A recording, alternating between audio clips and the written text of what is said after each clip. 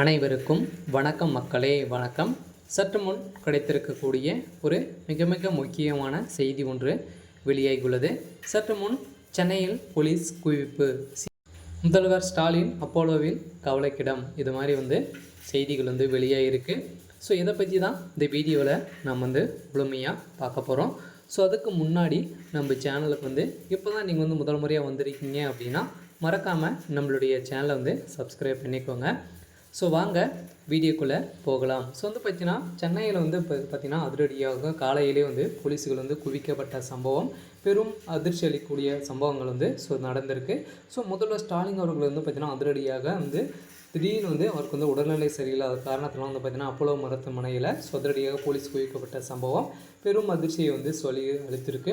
இருந்தாலும் முதல்வர் ஸ்டாலின் அவருக்கு என்ன ஆச்சு, எதனால் இவருக்கு உடல்நிலை ரொம்ப மோசமான நிலை தான் வந்திருக்க நிலையில் தான் அதிரடியாக அப்போலோ பார்த்திங்கன்னா ஐசியூவில் இருந்து வருவதாக ஒரு பரபரப்பான தகவல் தான் வெளியாகிருக்கு. இருந்தாலும் முதல்வர் ஸ்டாலின் அவருக்கு என்ன ஆச்சு அப்படின்னு பார்த்திங்கன்னா அவருக்கு திடீர்னு மயக்கம் போட்டு விழுந்ததாக, ஸோ இதன் அடிப்படையில் தான் பார்த்திங்கன்னா அதிரடியாக திடீர்னு ஆம்புலன்ஸ் மூலமாக அப்போலோ மருத்துவமனையில் அனுமதிக்கப்பட்டிருந்த நிலையில் அதிரடியாக முதல்வர் ஸ்டாலின் அவர்களுக்கு உடல்நிலை ரொம்ப மோசமான நிலை இருக்குது. இவருக்கு ஓய்வு பெற வேண்டும். இவருக்கு ஒரு வார காலமாக ரெஸ்ட்டு வேண்டும் அப்படின்ற மாதிரி சொல்லியிருக்காங்க.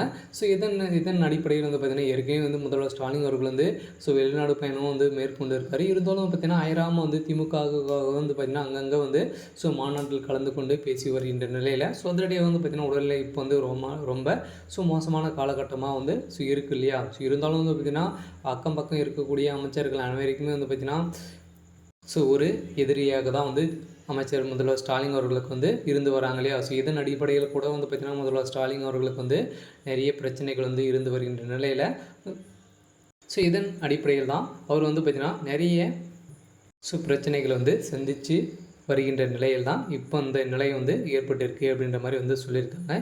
இருந்தாலும் துர்கா ஸ்டாலின் அவர்கள் பார்த்திங்கன்னா இந்த விஷயத்தை கேட்ட உடனே அதிரடியாக தலையில் அடித்து அழுது கொண்டு ஓடி வந்த சம்பவம் அதிர்ச்சியை அளித்திருக்கு. இதன் அடிப்படையில் தான் பார்த்திங்கன்னா திமுகவுடைய தலைவர் முதல்வர் ஸ்டாலின் அவர்களுடைய உடல்நிலை பார்த்திங்கன்னா இப்போ சீராக தான் இருக்குது. இருந்தாலும் அவருடைய உடல்நிலை ரொம்ப சோர்வாக இருக்குது அப்படின்ற மாதிரி சொல்லியிருக்கும் நிலையில் துணை முதல்வராக உதயநிதி ஸ்டாலின் அவர்கள் இருக்கார் இல்லையா.